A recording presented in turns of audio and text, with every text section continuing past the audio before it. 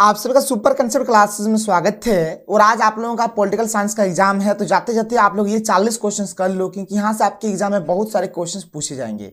तो चलो शुरू करते हैं और एक एक करके हर एक क्वेश्चन को देख लेते हैं। देखिए यहाँ पर हमारे पास जो सबसे पहला जो क्वेश्चन है, क्वेश्चन नंबर 1 क्या है, देख सकते हैं कि भारत में राज्य पुनर्गठन आयोग की स्थापना किस वर्ष की गई थी। तो इसका स्थापना हुआ था आपका 1953 में। कब हुआ था? 1953। तो एक का सही उत्तर यहाँ पर ऑप्शन नंबर सी हो जाएगा, 1953 इसका करेक्ट आंसर हो जाएगा। आगे चलो अगला क्वेश्चन देखो, अगला क्वेश्चन देख लो। क्वेश्चन नंबर 2 यहाँ पर क्या है? क्वेश्चन नंबर 2 हमारे पास है कि इनमें से कौन सा सोवियत संघ के विघटन का परिणाम नहीं है। मतलब जब सोवियत संघ का विघटन हो जाता है तो बहुत सारा परिणाम होता है, तो बोल रहा है कि कौन सा वो परिणाम नहीं है, ये चीज आपको बताना है। तो यहाँ पर देखो, अमेरिका और सोवियत संघ के बीच वैचारिक युद्ध का अंत हो गया, ये तो सही बात है। स्वतंत्र राज्यों के राष्ट्रकुल का जन्म, ये भी सही बात है। शक्ति संतुलन में बदलाव, ये भी सही बात है। मध्य पूर्व में संकट, नहीं ये असत्य है, ये हो जाएगा इसका आंसर। 2 का ऑप्शन नंबर यहाँ पर ये जो घ है, मध्य पूर्व में संकट, ये हो जाएगा इसका सही आंसर। आगे देखो, आगे देखो अगला जो क्वेश्चन है, क्वेश्चन नंबर 3 क्या है, आप देख सकते हो। क्वेश्चन नंबर 3 हमारे पास है कि इनमें से किस क्षेत्र में अमेरिकी वर्चस्व देखा जा सकता है। तो सैन्य, आर्थिक और सांस्कृतिक, हर एक क्षेत्र में। तो उपरोक्त सभी होगा। देखो उपरोक्त सभी, इनमें से सभी, ये 99% ये हमारा आंसर होता है।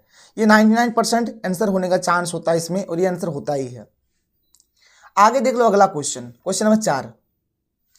क्वेश्चन नंबर 4 हमें दिया गया है कि नीति आयोग ने भारत सरकार के किस संगठन का स्थान लिया।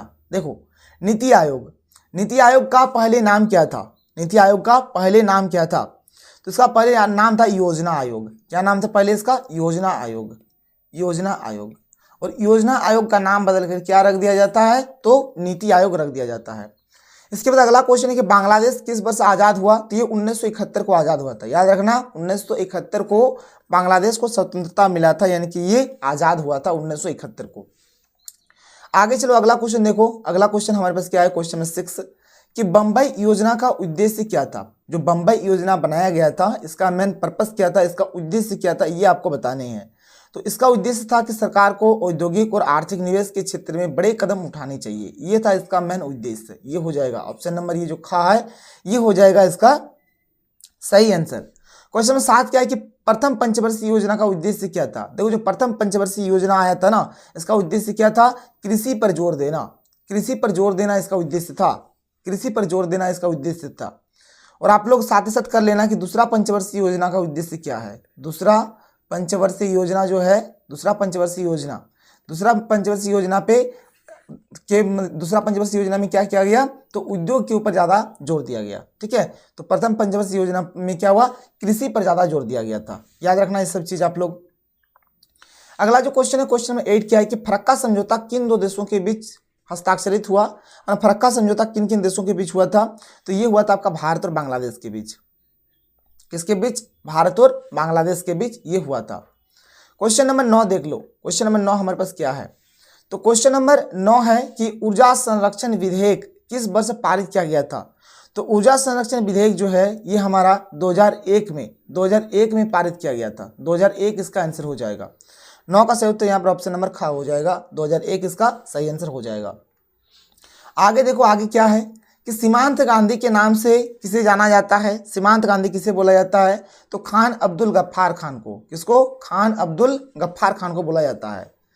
किन देशों ने अटलांटिक चार्टर पर हस्ताक्षर किए? किन देशों ने हस्ताक्षर किए हैं? तो अमेरिका और ब्रिटेन ने। अमेरिका और ब्रिटेन इसका आंसर हो जाएगा।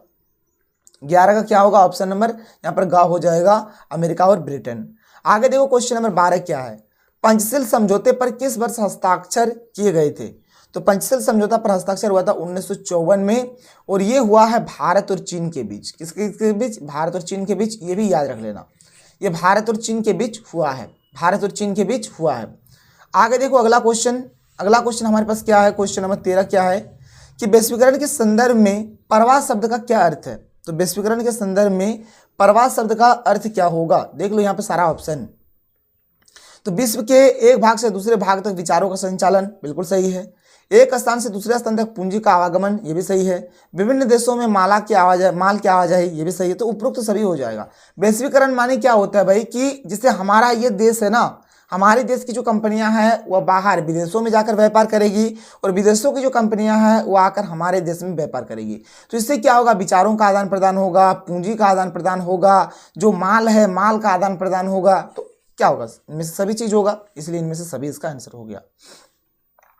आगे देखो अगला क्वेश्चन, क्वेश्चन नंबर 14 क्या है कि 1965 के युद्ध की समाप्ति पर भारत और पाकिस्तान के बीच किस समझौते पर हस्ताक्षर किए गए थे। तो देखो भारत और पाकिस्तान के बीच जो समझौता हुआ था, ठीक है, भारत और 1965 के युद्ध के बाद बोल रहा है, 1965 के युद्ध के बाद जो हुआ था वह था ताशकंद का समझौता, ताशकंद का समझौता, ठीक है। 1965 के युद्ध के बाद ताशकंद का समझौता हुआ था।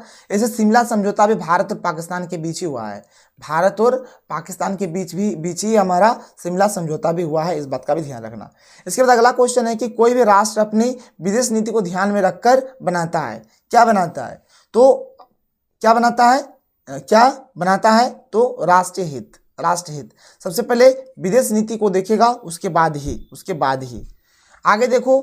आगे हमारा अगला क्वेश्चन क्या है, क्वेश्चन नंबर 16, क्वेश्चन नंबर 16 देख सकते हो क्या है। भारत ने 1968 के परमाणु अप्रसार संधि पर हस्ताक्षर क्यों नहीं किया, क्योंकि भारत को ये भेदभावपूर्ण लगा, मतलब भारत को लग रहा था कि इससे भेदभाव हो रहा है, इसीलिए। तो 16 का सही उत्तर ऑप्शन नंबर क हो जाएगा। क्वेश्चन नंबर 17 देख लो क्या है, क्वेश्चन नंबर 17 हमारे पास क्या है, क्वेश्चन नंबर 17 क्या है, इनमें से किस देश ने खुले दीवार की नीति अपनाई, तो चीन ने अपनाया था, ठीक है, और सेंग दियोगोपैंग ने इसको अपनाया था, इस बात को भी ध्यान रखना। तो 17 का सही उत्तर क्या हो जाएगा, चीन, चीन ने खुले दीवार की नीति अपनाई। क्वेश्चन नंबर 18 क्या है, 18 के राष्ट्रीय आपातकाल किस वर्ष घोषित किया गया था, तो राष्ट्रीय आपातकाल आपका घोषित हुआ था 1975 को, कब घोषित हुआ था, 1975 को। 18 का सही उत्तर क्या हो जाएगा यहाँ पर ऑप्शन नंबर सी हो जाएगा, 1975।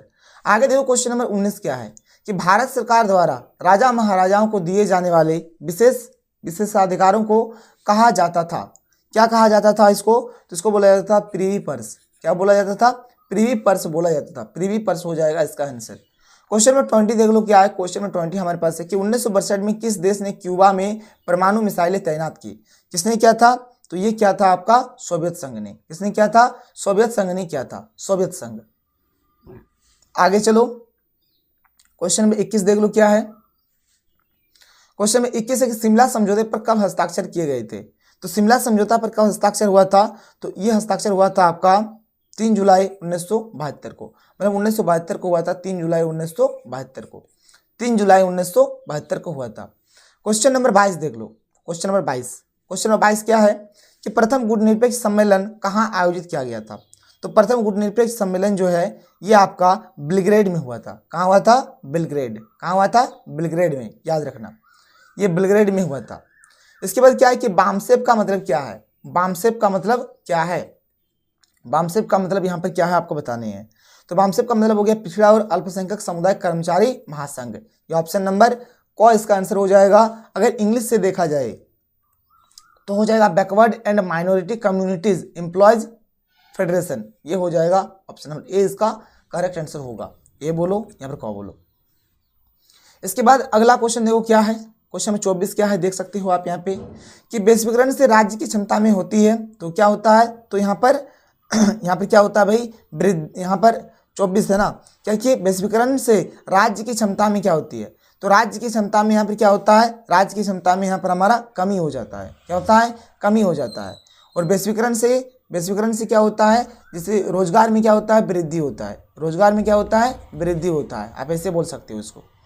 इसके बाद अगला जो है, अगला क्या है देखो, क्वेश्चन नंबर 25 क्या है हमारे पास, क्वेश्चन नंबर 25 है कि मणिपुर के उस राजा का नाम बताइए जिसने भारत सरकार के साथ भारतीय संघ में विलय के दस्तावेज पर हस्ताक्षर किए थे, किसने किए थे, तो ये हमारा क्या है भाई, किसने क्या है, तो महाराजा बोधचंद सिंह, महाराजा बोधचंद सिंह हो जाएगा।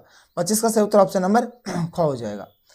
आगे देख लो अगला क्वेश्चन क्या है, अगला क्वेश्चन नंबर 26 क्या है, क्वेश्चन नंबर 26 है कि पृथ्वी के वायुमंडल में मौजूद कौन सी गैसें लगातार कम हो रही है, कौन सी गैस यहाँ पर कम हो रही है, तो यहाँ पर ओजोन, क्या कम हो रहा है भाई, ओजोन।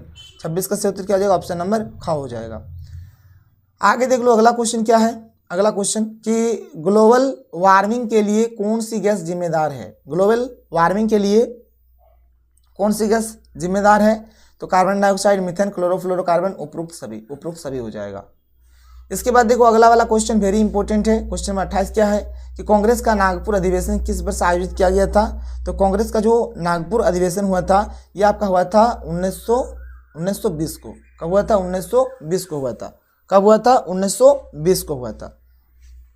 क्वेश्चन 29 की पहला अंतर्राष्ट्रीय पृथ्वी शिखर सम्मेलन कब आयोजित किया गया था। तो ये हुआ था 1992 को। कब हुआ था? 1992 को हुआ था। 1992 को हुआ था। इसके बाद देखो अगला जो क्वेश्चन है क्या है कि लीग ऑफ नेशन का उत्तराधिकारी कौन सा संगठन था। तो इसका हो जाएगा यूएनओ। क्या हो जाएगा? यूएनओ हो जाएगा। यूएनओ इसका आंसर हो जाएगा। यूएनओ इसका सही आंसर हो जाएगा। देखो यहाँ पर ये जो अति लघु बला में ये सब जो क्वेश्चन से कर लो, बहुत ही इंपॉर्टेंट है। देखो ये सब कर लो आप, ये सब कर लो कि शीत युद्ध से आप क्या समझते हैं, भारत के प्रथम मुख्य चुनाव आयुक्त कौन थे, यूएनओ की सुरक्षा परिषद में कितने स्थायी और अस्थायी सदस्य होते हैं, यूएनओ का मुख्य उद्देश्य क्या है, सोवियत संघ की राजनीतिक व्यवस्था किसके विचार पर आधारित है, तिब्बत के कौन पारंपरिक नेता, ये सब कर लो। आसियान में कितने सदस्य है, ये सब कर लो। बहुत ही अच्छा वाला क्वेश्चन है, ये सब कर लो, बहुत ही अच्छा वाला क्वेश्चन है। तो चलो ये रहा हमारा ऑब्जेक्टिव सेशन। तो आज के लिए इतना ही। हम लोग मिलते हैं अगले वीडियो में और आप सभी को एग्जाम के लिए best of luck. Thank you.